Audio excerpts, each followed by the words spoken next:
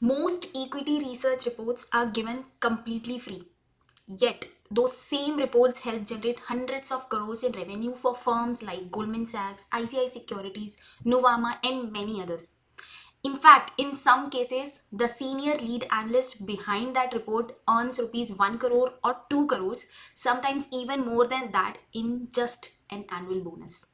So we will break down exactly how that happens later in this video. But to understand that, we first need to answer a more basic question. If equity research reports are free and analysts are not investing money themselves, then how exactly do equity research firms make money? Because once you understand this, you will understand how capital actually flows in financial markets, how equity research analysts actually generate revenue for their firms, including where that rupees 1 crore or 2 crore bonus really comes from. In this video, I will show you who the real clients of equity research firms are. Second, how research directly generates revenue. And third, how that links to analyst compensation and their career growth.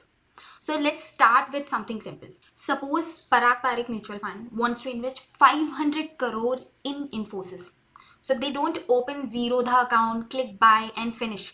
When institutions deploy 500 crore, for them, execution quality matters, liquidity access matters, and most importantly, institutional relationships matter. So instead of going to Zerodha, they execute that trade through brokers like ICI Securities, JP Morgan, Goldman Sachs, or Nuvama. These firms provide them three critical things that retail platforms cannot. One, execution infrastructure. Second, sales coverage and institutional relationship. And third, most important, equity research support. Now, here is the key point. Research itself is usually not sold directly, but it plays a critical role in influencing their investment decision. This was just an example of one mutual fund, but let's see in detail who could be other clients of equity research firms. So, of course, not retail investors like you and me, but institutional investors. One which is mutual fund, Parag Parikh Mutual Fund, HDFC Mutual Fund. Then second could be global asset managers like BlackRock, Fidelity, sovereign wealth funds like Norges Bank, Abu Dhabi Investment Authority, Canadian pension funds, and hedge funds deploying billions globally. So before allocating their capital, these institutions rely on research analysts who specialize in sectors, who track companies deeply, build financial models, and provide them with informed perspective. Because when deploying 500 crore, even small informational advantages can influence capital allocation decisions. Now let's see how this translates into actual revenue for the firm. Suppose Fidelity wants to invest 500 crore in Reliance Industries. So they execute that trade through JP Morgan India. Institutional brokerage for this trade can be around, let's say, 0.05%. That means for this trade, JP Morgan earned rupees 25 lakh. Now scale this up. If a broker executes thousands of such institutional trades annually, that becomes hundreds of crores in brokerage revenue. And this creates an important economic reality. Institutional investors don't usually pay directly for research, they pay indirectly through brokerage. This is why research is often called a revenue enabler for any firm and not a direct revenue center. Institutional investors prefer to trade through firms whose analysts they trust, whose research they rely on, and whose insights help them make investment decisions. This means strong research leads to stronger institutional relationship, and stronger relationships lead to more trading flow for that firm. More trading flow directly translates into more brokerage revenue. Research also enables even larger revenue opportunities. Firms use their institutional relationship to facilitate IPO placements, block trades, QIP allocations, and large capital market transactions. So, for example, if a company raises 5,000 crore through an IPO, so the investment bank that was hired for this job may earn 75 crore to 100 crore in just advisory and underwriting fees. So companies choose banks that have strong institutional investor relationship, and those relationships are built over years through research coverage and analyst credibility. So research strengthens the firm's ability to generate both brokerage and investment banking revenue. Research also generates direct revenue through distribution platforms. So platforms like Bloomberg, Capital IQ, FactSet, and Refinitiv. So these firms aggregate research from hundreds of firms like JP Morgan, Goldman Sachs. So institutional investors subscribe to these platforms to access research reports and analyst insights. These platforms charge subscription fees to institutional clients and pay licensing and distribution fees to research providers.